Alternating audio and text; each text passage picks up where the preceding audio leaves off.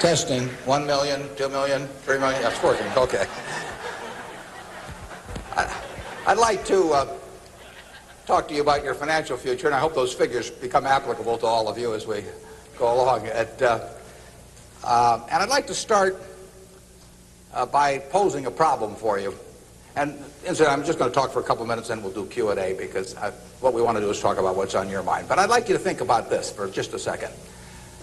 If, as we walked out of here today, I said I would like to buy 10% of your financial future, I was going to write you a check today, and from this day forth, you were going to give me 10% of everything you earned. How much would you want to charge me for that? I'm going to buy 1/10 of you. And I may take the low bid, incidentally, so be careful what you write down. Well, I think if you thought about that a little while, you can contemplate that for a few minutes. You know, you're going to get a check from me today, and you can do anything you want with the money, but from this day forth, you have to give me 10% of what you earn. I think it would be very foolish of you, any of you, if you asked for less than, say, $50,000. Now, it's going to be a few years before you're out earning money, and so I've got a few years of dead money there. But then I would start getting this royalty on you as you went along. So I really think that if you thought about it, most of you would want a fair amount more than that, and I think you'd be right. Fortunately, I didn't make this deal with anybody when I started out, so nobody's got a 10% royalty on me. But I think that $50,000 would sort of be the absolute minimum. And if you think about that, that means that right today, you are worth $500,000, because if 10% of you is worth $50,000 in cash today, your potential is worth a minimum on a 100% basis of $500,000. That is the big financial asset you've got.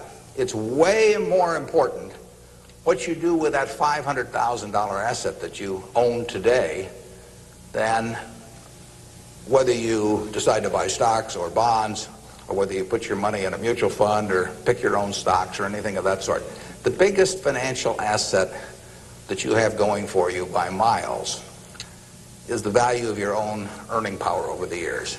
So that's really what you should focus on. If you're focusing on your financial future, that means you should focus on you. Because whether your 10% is worth $50,000 or $100,000 or $300,000, which would be $500,000 or $1 million or $3 million for all of you, whether it turns out to be one or the other is really dependent in a very large part on what you do in the next few years. All of you in this room have the brains to do extremely well in life. You've all got the energy to do extremely well in life, and then the question is, how do you apply it?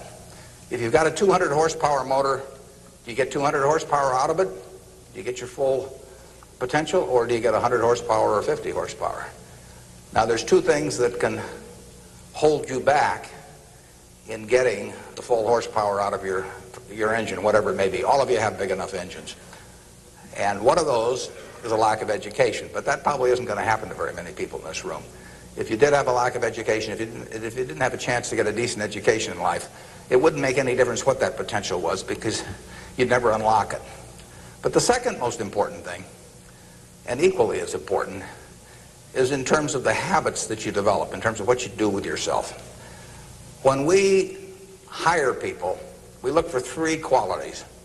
We look for integrity, we look for intelligence, and we look for energy. But if they don't have the first one, integrity, the other two will kill you.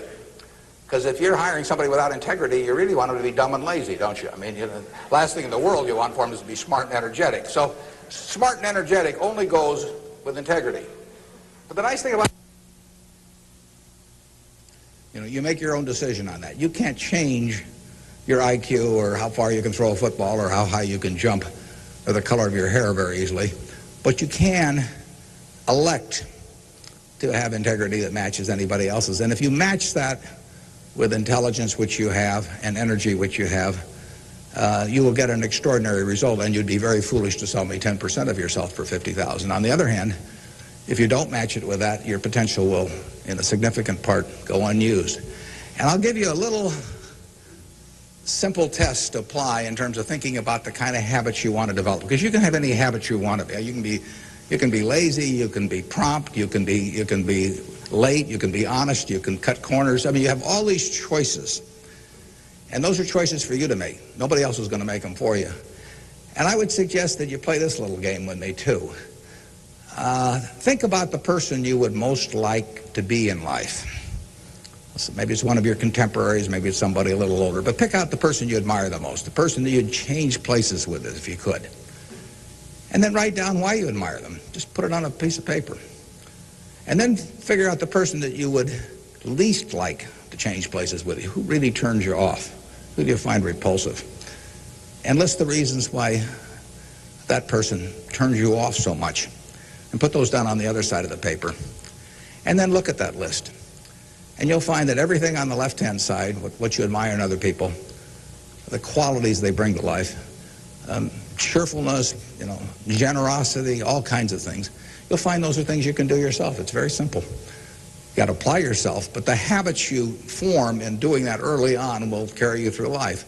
And on the other hand, you'll find that the things that make people repulsive, selfishness, obnoxiousness, all these things, egotism, are things that no one has to have. If you find those in yourself, you can get rid of them as long as you get rid of them early. So all I suggest is that you write down a list of what you admire, what you find contemptible, and decide that the ones on the admired side are ones you're going to acquire for yourself. And if you do that when you're young, it'll carry you through the rest of your life. This doesn't work if you do it when you're 50 or 60. By then the habits are too well formed. But if you do it early, behavior becomes a habit. So if you do that, 2 or 3 years from now, if you go through the same exercise, you'll find out that the person you admire the most is yourself. That can be a little dangerous under some circumstances, but it's not a bad thing. I mean, you want to be somebody you like, and you don't want to be somebody that you dislike. And form those habits early. You basically can't miss. Now, I'll give you one other small piece of advice that's just a corollary on this, and then we'll get to your questions. And that is, as a general matter, as a one piece of specific financial advice, I would say, avoid credit cards. Just forget about them.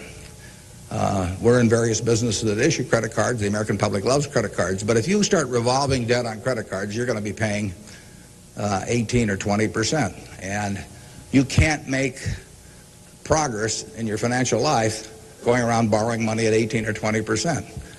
You can make a lot of money by lending it out at 18 or 20% over time. If you can find anybody that's good that will borrow from you. But you don't want to be on the side of the equation that's always behind in life. I was lucky. I'd saved about $10,000 by the time I got out of school. That $10,000 was really worth millions I might have earned later on, because after you get a family and everything, the expenses roll in. But those were my tools to work with, but it was only because I was ahead of the game.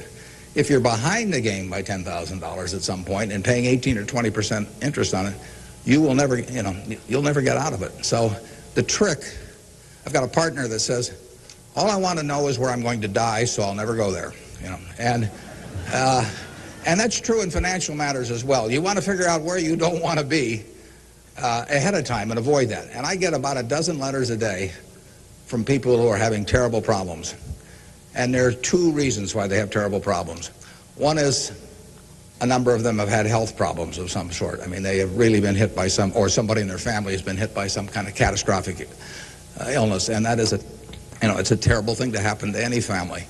And they run up bills they can't pay, and really only society can solve that one in terms of protecting people against that. That's just plain bad luck. But the other one is from people who run up credit card debt, and they're facing bankruptcy, or they've been through bankruptcy once before, and they owe a whole bunch of money, and they can't even pay the interest, let alone pay any principal. And half of my letters come from people like that, and that problem is avoidable. Catastrophic illness is not, but credit card debt is something you bring on yourself, and it's way better, it's way easier to stay out of trouble than to get out of trouble financially. And I will guarantee you, if you run up big credit card debts, you will be in trouble probably the rest of your life in terms of your financial situation. On the other hand, if you get ahead of the game, even it's on a very modest scale, so that money is coming in from investing, and people owe you money or equities owe you ownership, you'll be way ahead of the game compared to paying it, always paying your creditors every month. So my advice to you is, if you can't pay for it, don't buy it, and get yourself in a position where you can pay for anything, and then we'll be glad to see you at Borsheim's or the Nebraska Furniture Mart. Now let's have some questions. Do we have a mic out there that people can either go to or that travels around? And I can't necessarily see too well from we're going to have one mic on each side, so just raise your hand and wait for us to come to you. Okay, we have somebody up front who would like a mic. Anything that's on your mind, ask about. Don't be bashful. Yeah, how would you advise people who aren't necessarily going into a career field in which you would make a large base salary, such as like medicine or something like that, maybe performing arts or music? How would you advise us to keep up financially with the rest of the world? Well, it is true that a market system does not pay as well in some activities as might seem appropriate for the importance of those activities to society. Just take teaching, for example. I mean, teaching does not pay well. And what could be more important? I mean, you've got to be as interested in who the teachers of your children are as who your accountant is, or whatever, or who's winning the heavyweight title of the world, or that sort of thing. But it doesn't pay well, and it's a fundamental choice whether you're going to go into something. For many people, it'd be a fundamental choice whether you're going to go into something you love or something to try and make a lot of money. I think that generally it pays to go with what you love. I think that it's very hard to find people when they get to be my age who say that they've loved what they've done all their life and feel it was very worthwhile, but they're terribly sad they made that choice because they didn't make a lot of money. I don't think anybody's ever said that to me, that they wish they'd gone into something else where they were uncomfortable doing it or didn't enjoy it, didn't feel very productive, but made a lot of money. So I don't think you'll find that. So I would go to work. I would go to work in whatever turns you on. It may turn out that it'll be more profitable than you can think, but almost everybody here will make enough money, unless they get some terrible habits along the way, to do reasonably well. And doing reasonably well in this country really is pretty darn good. I mean, it's not necessary to have huge amounts of money in order to enjoy yourself. I enjoyed myself when I had my $10,000, and I live in the same house that I lived in when I had about that. I bought it 41 years ago. I liked the house then. I like the house now. I mean, if you think about it, if you have a reasonable job, you'll be eating at McDonald's and I'll be eating at McDonald's. So we're at a push on food. I mean, in fact, I hope it's Dairy Queen, actually. And and if you come to Dairy Queen, you'll see me. And you can order anything on the menu I can order, and we both can afford it. You'll wear the same clothes I wear. I'll pay more for my suits, but as soon as I put them on, they look cheap on me. So we'll look about the same. We'll both live in the same kind of houses. I live in that house from 41 years ago, and it's warm in winter, and it's cool in summer, and it's comfortable.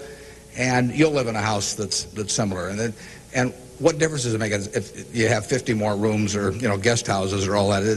It'll probably just bring you problems. I mean, you have to worry about the greenskeeper or something when you get through. So I have been in the houses of people where the houses are worth probably 200 times what my house is worth, and I would not be any happier in those houses at all. In fact, I'd be less happy. I just have one more thing to worry about, and dozens of people around the place, and people quitting, and people stealing from you, and all kinds of things. To hell with it. We'll drive the same kind of car. In fact, you'll probably drive a better car. I drive a car that's about 8 years old. I don't know what it's worth now, but it gets me around fine. I mean, I'm perfectly happy. We'll watch the same television. We'll work on the same computer pretty much.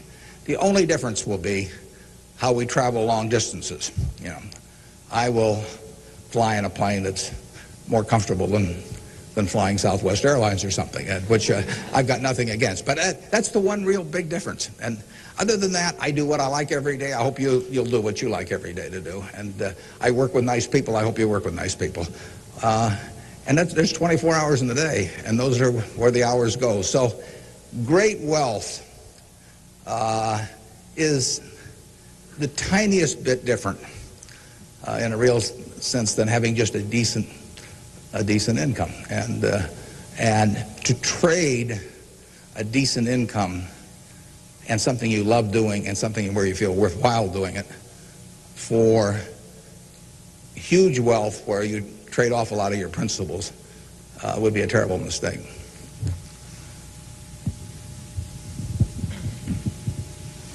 Would you acknowledge your success more on yourself or from the help and teachings of others? Well, I was very lucky in life.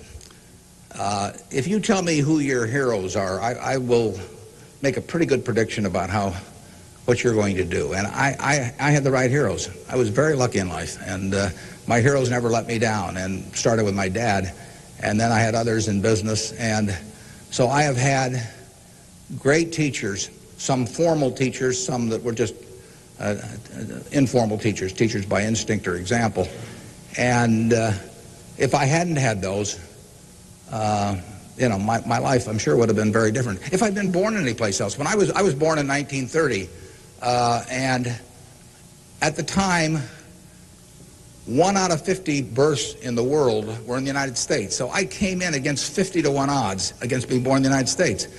I would have been a disaster, you know, if I'd been born in Afghanistan or Peru or someplace. I mean, I was extraordinary. I won the lottery the day I was born, you know, by being born in this country. So have you.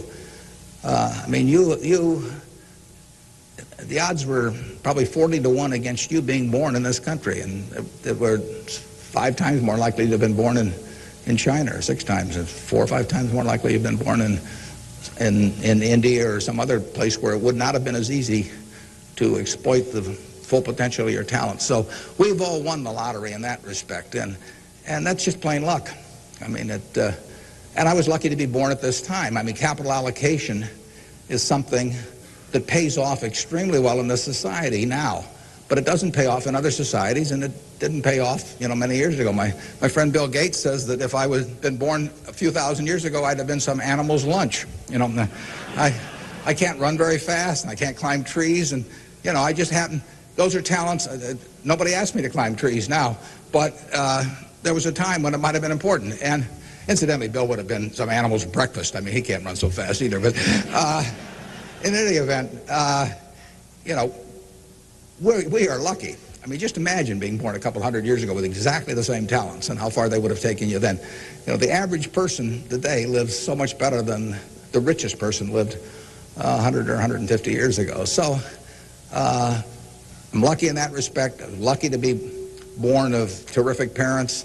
I was lucky to be raised in Omaha in a great public school system. I got a start here in the first 8 grades that gave me a foundation that later, when I went off the track a few times, carried me through, because I had a terrific grade school education right here in Omaha at Rose Hill. And one of the reasons I had it, incidentally, is kind of unfortunate, but I had that great education in part because women were being enormously discriminated against. And so a woman at that time could be a teacher, she could be a secretary, she could be a nurse, you know, and that was about it. So you had half the talent pool in the United States limited to just a few jobs. So you had an abundance of talent in those activities like nursing or teaching, because that talent with males was spread across every form of work activity there was, but with women it was concentrated in a few areas, and that benefited me. It's kind of sad because it didn't benefit those teachers,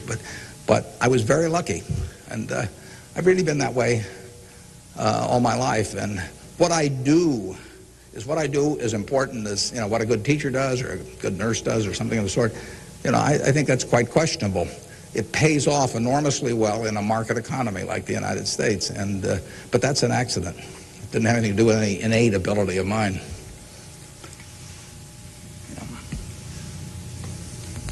My name is Marina Tsed, and I attend Omaha Central High School. Good for you. Fine institution. Now, Mr. Buffett, technology has been a great factor in stimulating the world economy.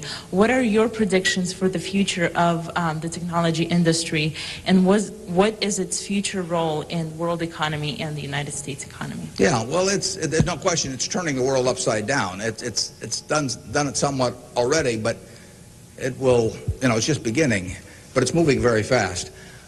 I met Gates on July 15th, 1991. I was out there for a 4th of July celebration with a friend and who subsequently died, Meg Greenfield of the Washington Post, and she took us down to visit the Gates family. And he tried to educate me about high tech, and he'd had better luck with chimpanzees. I mean, I was really a disaster, but he's a good teacher. But one thing he told me was that at the time, he said, you've got this model in your head of the world, and your model has time and distance as very limiting factors. And he said, they aren't limiting factors anymore. He said, the cost of talking to somebody around the world or getting your message in front of somebody or publishing, he said, it's going to be zero, or so close to zero it doesn't make any difference. And, that was revolutionary. But it's happening already in a very, very big way, and it's just 8 years later, and it's exploding. So high tech, information technology, whatever you want to call it, is changing the world, and it's going to change it in a very, very big way. And it'll change. I mean, that's one of the things I think about in businesses we buy. We announced the purchase yesterday of a furniture retailer in Boston, in the Boston area. And, I think to myself, what effect does this new world have in terms of the internet on furniture retailing? I mean, you have to think about questions like that.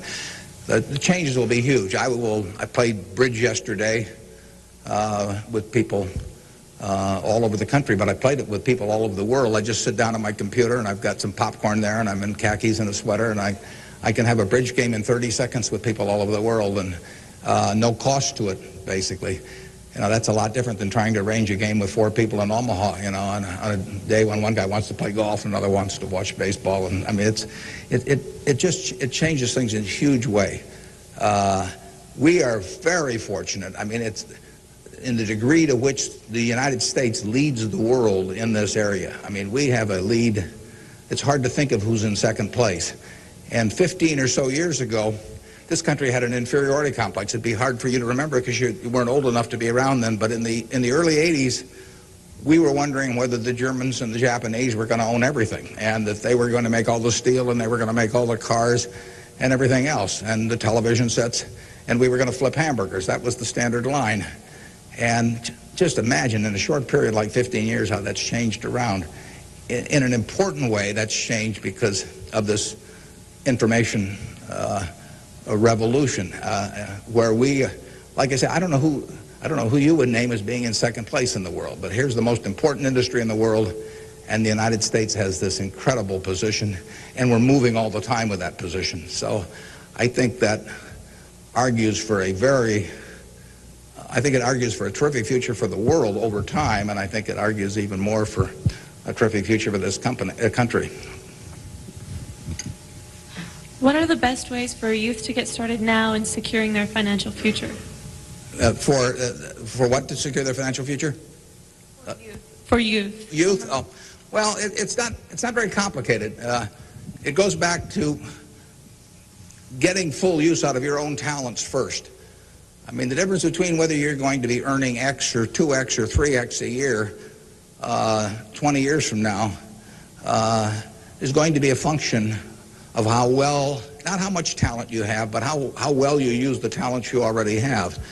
And so that is your best financial future is your own ability and your a capacity to use those abilities to their potential.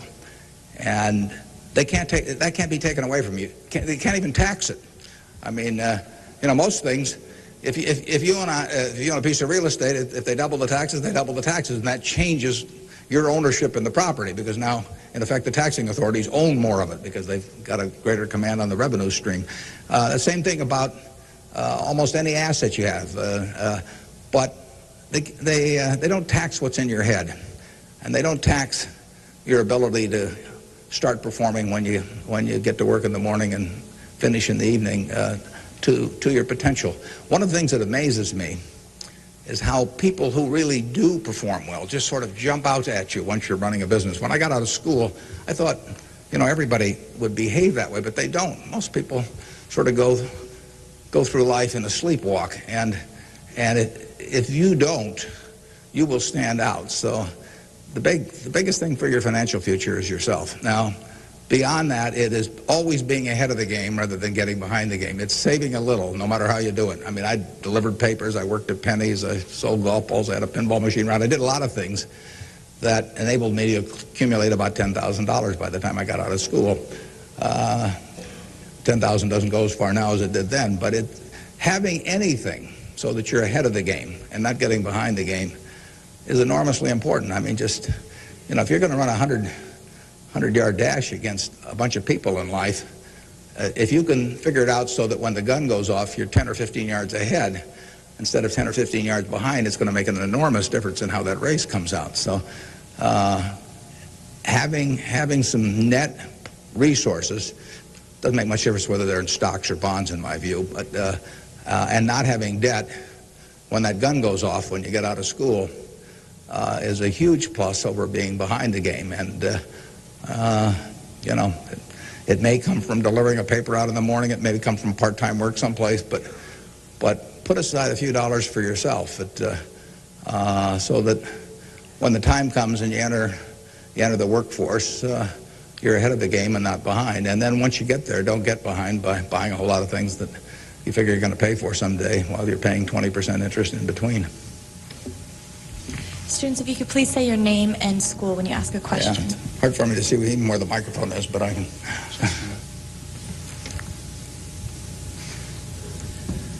My name is Patrick Doherty, and I'm from William La Vista High School. I was wondering, with the increasing costs of education today, what can students do to deal with their debts once they're out of college? Well, that's a tough one. I mean, I guess I'd pay it off as fast as I could, and I would incur as little debt as possible before that time came. And I would say this,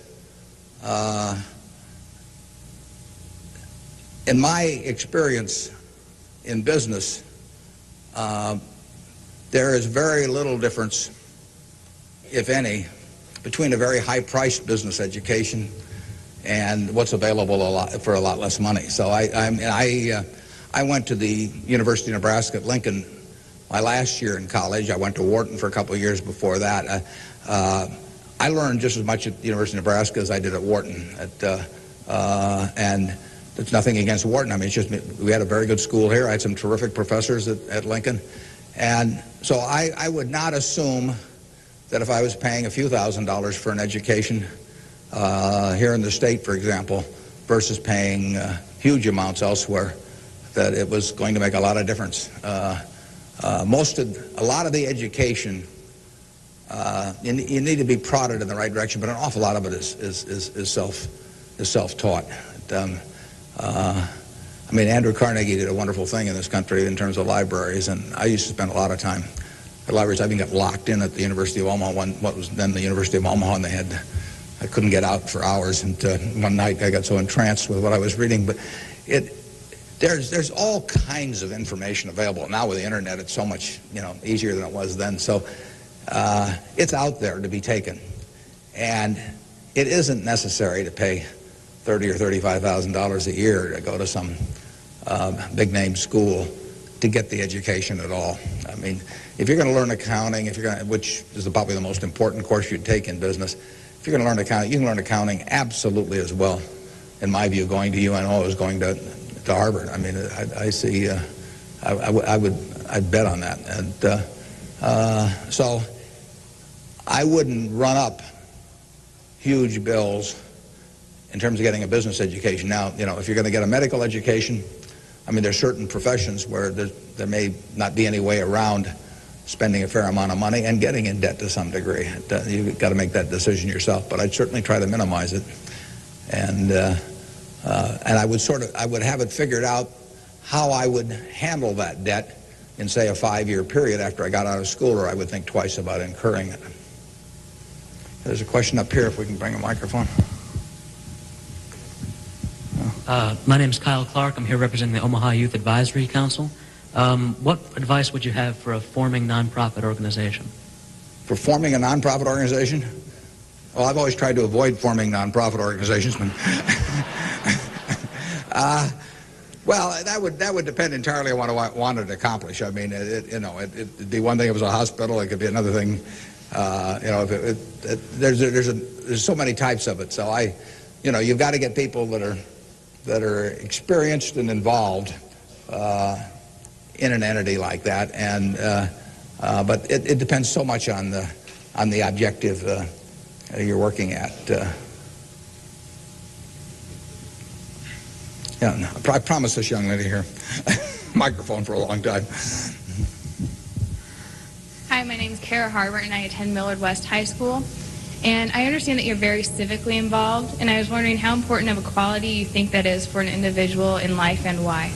Yeah, well, I wouldn't say that I am that. I mean, I do certain civic things. I think your model as a citizen, for example, in Omaha would be Walter Scott. I mean, he is far more civically involved than I am, and incidentally, his predecessor, Peter Kiewit, was too, but Walter's carried it to new heights. So I don't want to take on any mantle for that myself. I do some things. One of the problems I have is I love what I do so much that it sort of takes over. I mean, I'm like a guy that likes to play a lot of golf or something, except I like the business I'm in. But I've got a family that participates very actively. Some of my children work on almost anything that comes along in the civic area. And, in the end, people do what they want to do to quite a degree. And I think I've never talked to anybody that enjoyed working in civic activities that didn't feel it was very worthwhile after they've done it. I mean, they built something, and participating in building something is always a lot of fun. And actually, you can have a good time. We have this golf tournament, for example, in September, and we raise some money for civic things, but everybody has a good time, so nobody's paying any price by doing it. I'm having a good time. The people who come are having a good time, and we get to show Omaha off to people. But you should be enjoying things you go along, and you will if you work in civic activities that interest you. And you can do the same thing in politics. I mean,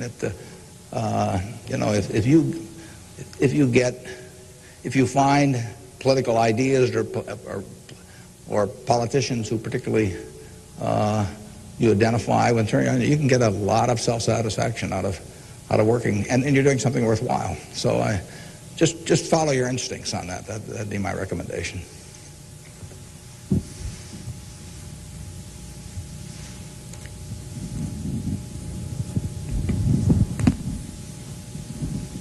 Hi, my name is Jeremy Graham from Millard South High School. We're probably the elite youth of today, and I have a question. What do you see as the biggest economic problem facing the youth of today going into the future?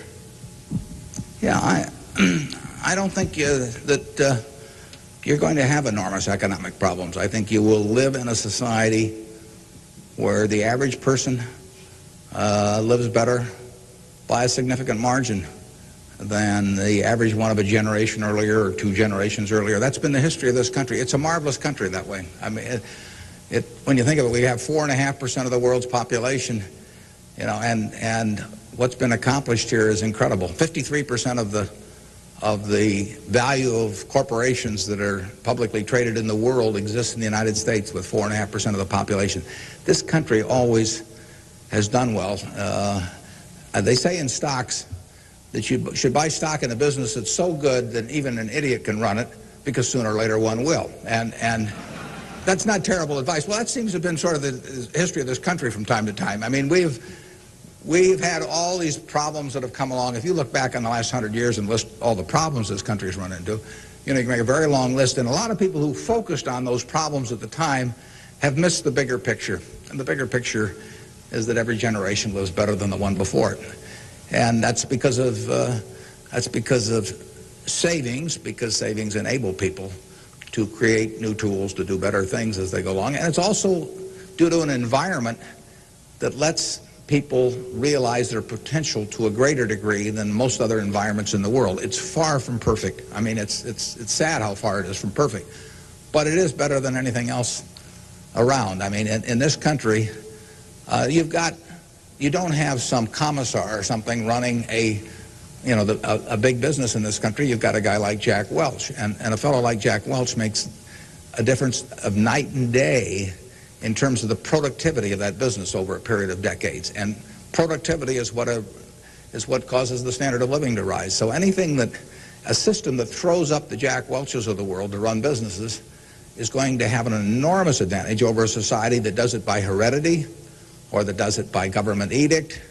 And we're closer to that society that I've described than any other country, and it's led to great things, and it will continue to lead to great things. So I think you've got the best future. You don't face a war, and you've got a better future in terms of achieving material rewards than any generation in history. So I wish I could trade you places. I might get taken up on that by a few of you, though.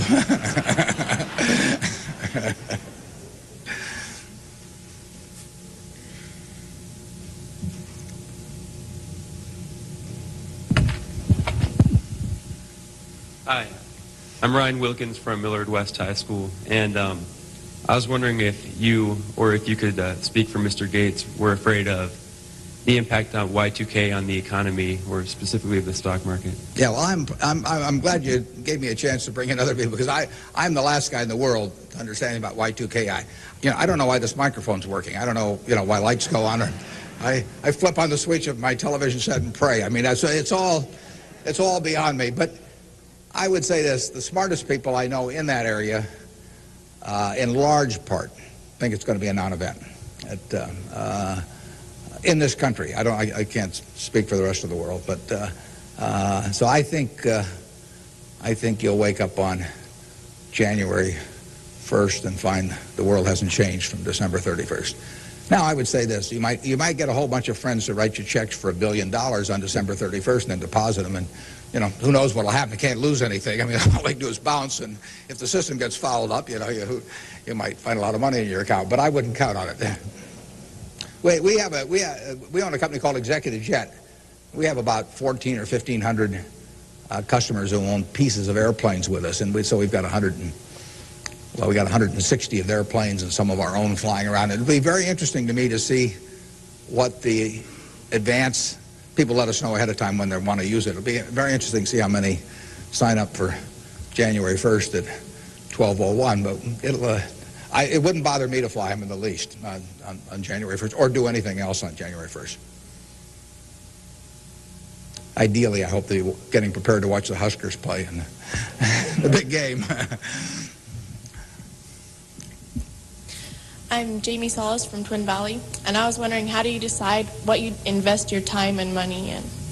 Yeah, well, I like to find businesses that have good economics. Now, what are good economics? Well, good economics are a business that has some kind of a moat around it that makes its product or its service or its location or something a little more desirable to the customer than any other sort of comparable product. The #1 candy bar in the last 30 or 40 years has been Snickers. People don't fool around with different candy bars. They fool around with different length dresses. They fool around, with all kinds of things. But they don't fool around with candy bars because they figure, they're going to go in and lay out 50 cents or whatever it is and put it in their mouth. And they're not going to, for 50 cents and putting it in your mouth, I mean, you're not going to say, I'll lay out 45 cents and put something else in my mouth. So you find that very stable. And we like businesses that we think we can figure out where they're going to be in 10 or 15 years. I don't know where the information technology businesses are going to be in 10 or 15 years. I know where Snickers bars are going to be in 10 or 15 years. They're going to be selling just about the way they do now. I know where Wrigley's gum is going to be in 10 or 15 years. There's not going to be a lot of innovation in chewing gum. The internet's not going to cause people to quit chewing gum either. Gates may think so, but I don't think so. But it's predictability regarding the sustainability of a competitive advantage, something special about a product. So we look for those kind of products, and then we look for people that are running the business that are honest and able. And you know, it's easier to find people that are honest and able than it is to find businesses that are going to stay wonderful for a long period of time. There are a lot of businesses that looked like they were going to stay wonderful that really evaporated over time. But that's what we're looking for. And the nice thing about it is we don't have to find very many. If we find one a year, that's terrific. You know, because you don't need 100 or 1,000 great investment ideas to do well. You need a couple. And the discipline is the most important thing. We don't need brain power. We need discipline. You don't need 150 IQ to do what I do. Thank God. You know, you don't need 140. You don't need 135. You may need 115 or something like that. But you do need discipline. You have to wait until you see the fat pitch to swing at. Because investing is a no-called strike game. You know, if I were a baseball player and I only liked pitches 2 inches above my navel, you know, some guy could learn that and he could pitch me, you know, 3 or 4 inches below that, and I get called out on strikes because I never find a pitch I like. You can get called out on strikes in baseball. You have to swing at pitches that you don't even necessarily like, particularly after the count gets to 2 strikes. In business, you don't have to swing at anything. You can sit there and the paper says General Motors at 68, or it says General Electric at 115, or it says General Dynamics at 63.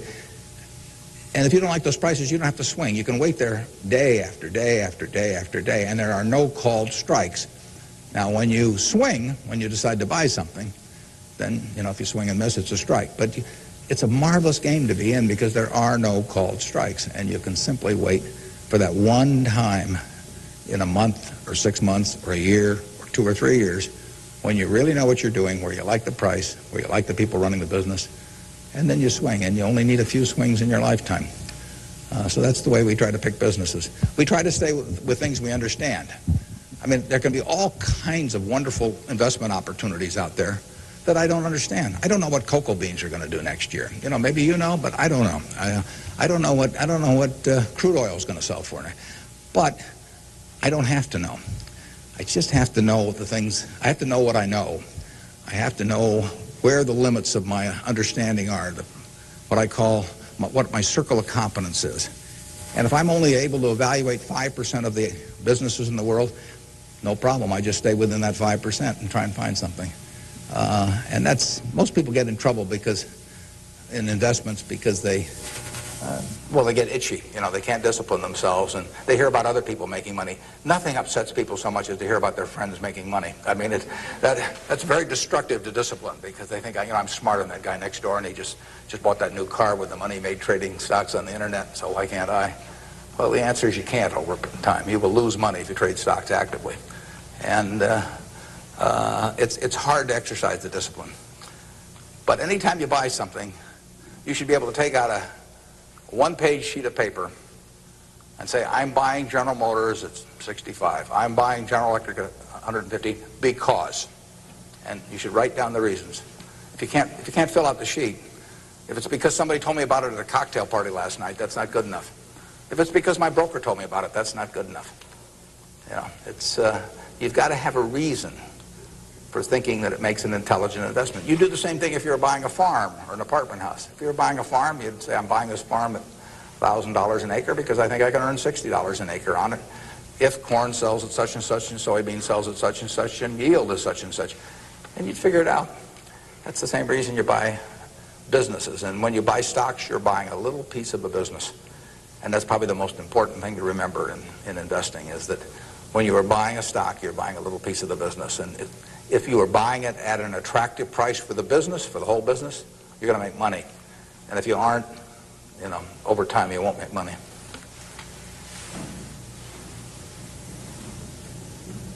Hi, my name is Cliff McAvoy from Elkhorn, Mount Michael.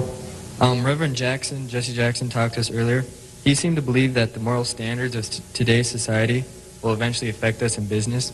How do you feel this will affect us as youth growing up in the United States? He said the moral standards will affect us how? Like the moral decay in society today. will affect us in business by how we feel and how we interact with other people? Well, I think very difficult to quantify moral standards over time. I mean, you can pick out huge weaknesses at any given time in terms of how people or the country is behaving, and huge strengths. So I think it's enormously difficult to quantify. I think by and large we have made progress in what I would call institutionalized moral standards in this country. I mean, in terms of slavery, in terms of the women couldn't vote, a century ago. Half the country were second-class citizens in that respect, and they had much lesser rights in terms of inheritance and all kinds of things. The income tax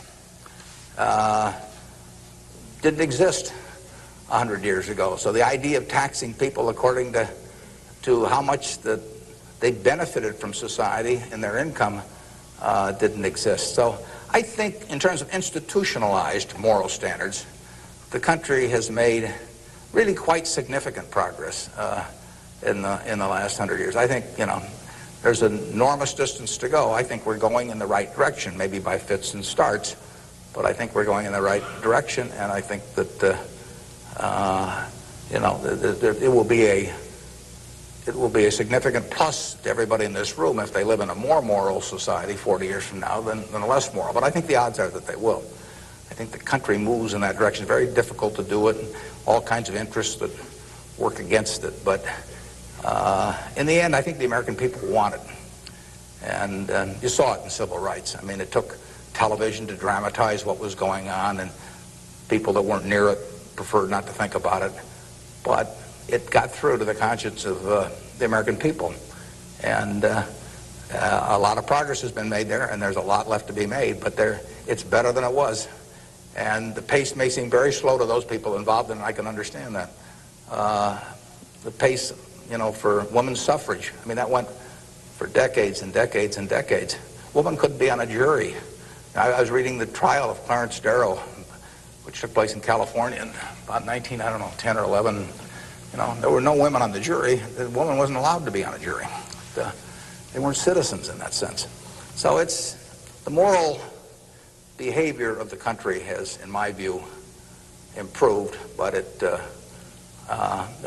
and it'll continue to improve, and I hope you all in this room do your part to help it improve.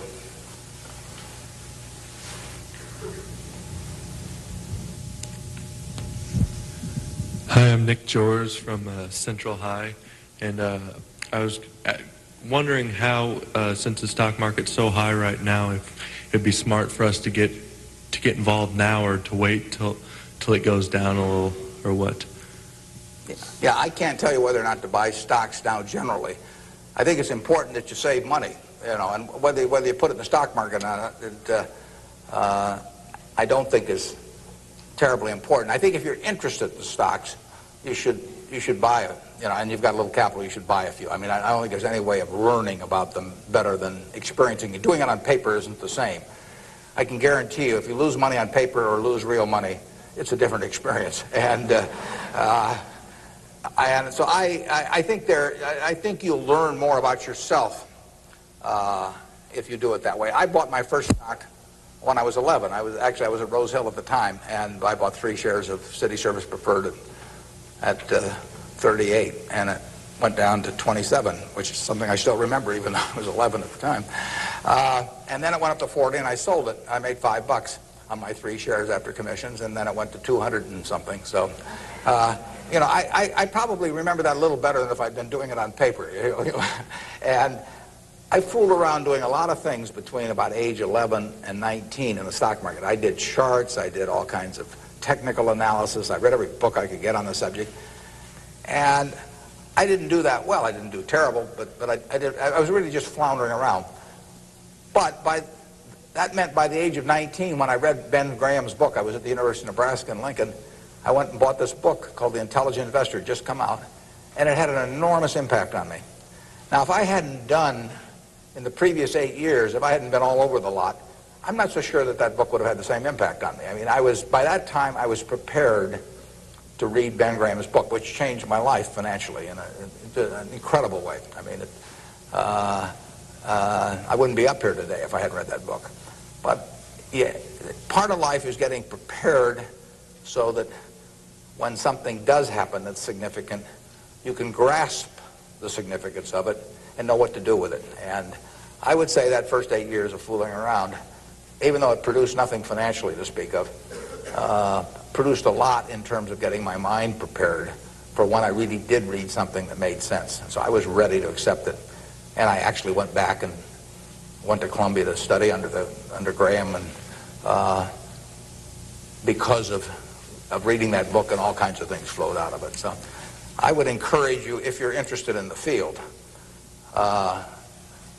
to do a few things. I'd still try and make it as intelligent as possible. I would try to stick with businesses I thought I understood.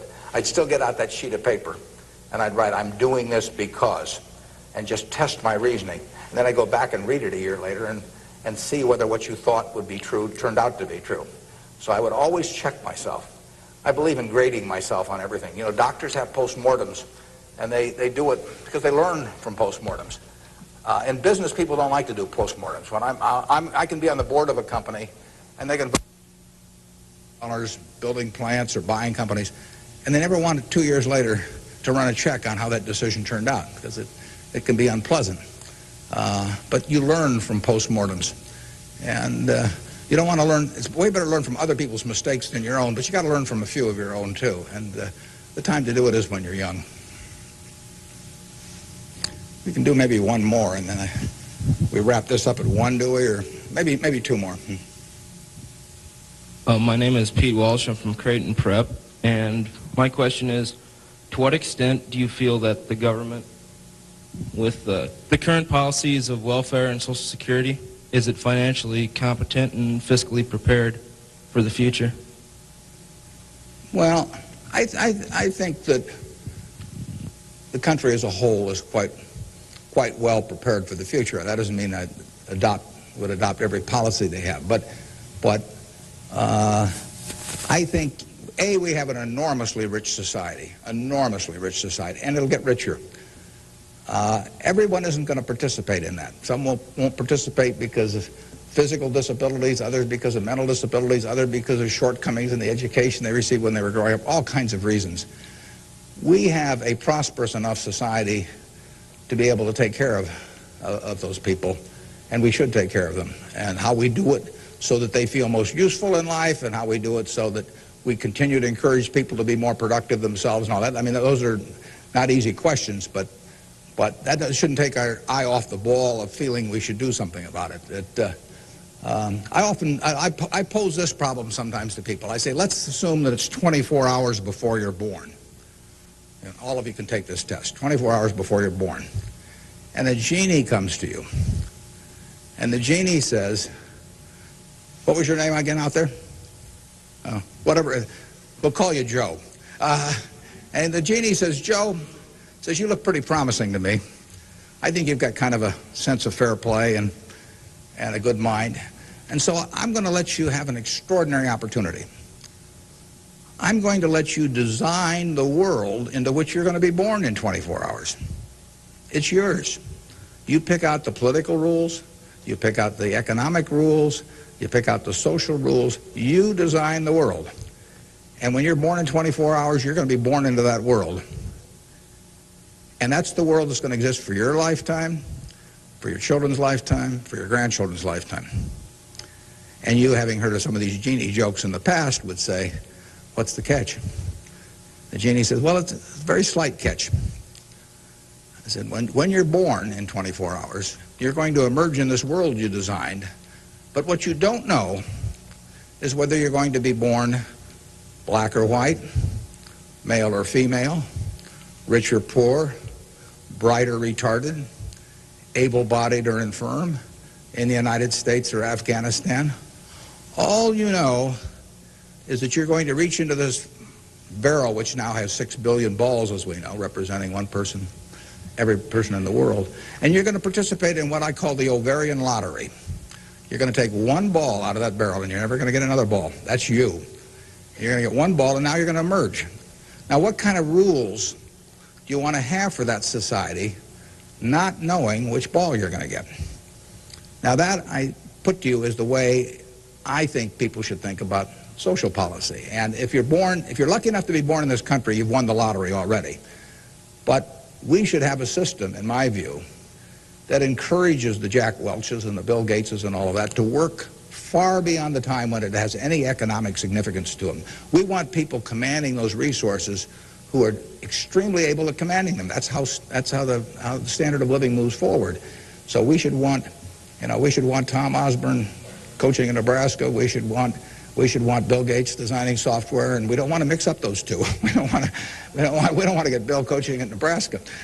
So you want a system that gets people to their potential and puts them in the position where they can do the most good for society.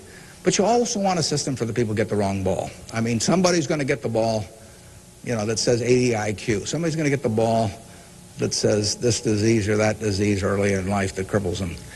And we've got a rich enough society that we can take care of those people. And I think that, to get back to your question, I think that this society will move more and more in that direction. It has the capability of moving more and more in that direction as our resources and our output increases. And I think that it has the will to do that in a general way, although, like I say, there have always been lots of fits and starts. So there is no shortage in the United States of resources.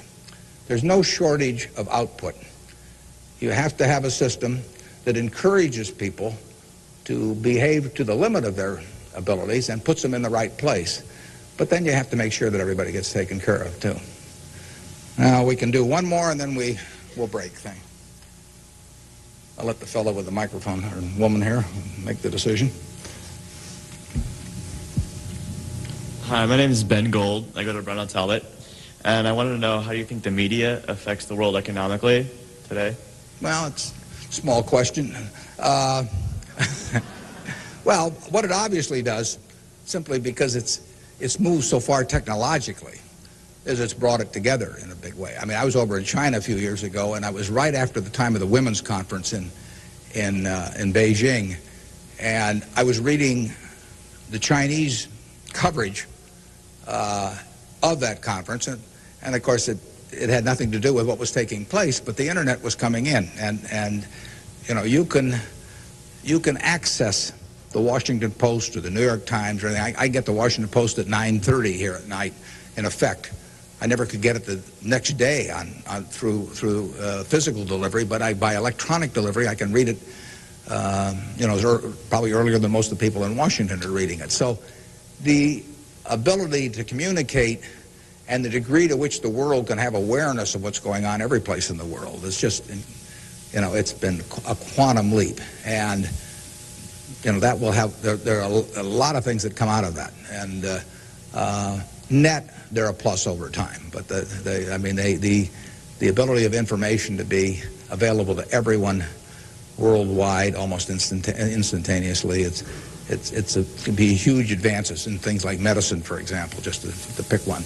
So it's a net plus. It has a big effect, and the definition of media has now been expanded enormously. I mean, there were 3 television networks in the early 1960s, and that was it. There were 3 highways information traveled electronically, and if the 3 pieces of information were I Love Lucy, and something else and something else, those were the 3 choices of information or entertainment that you had for tens and tens of millions of people sitting there looking at a tube. Now it's unlimited, and that's only, 3 or so decades. So it's just exploded, and it'll continue to explode. And net, I think it's a plus. And I think it's 1 o'clock. I want to thank you all. I wish you well. You're going to do terrific. Thanks.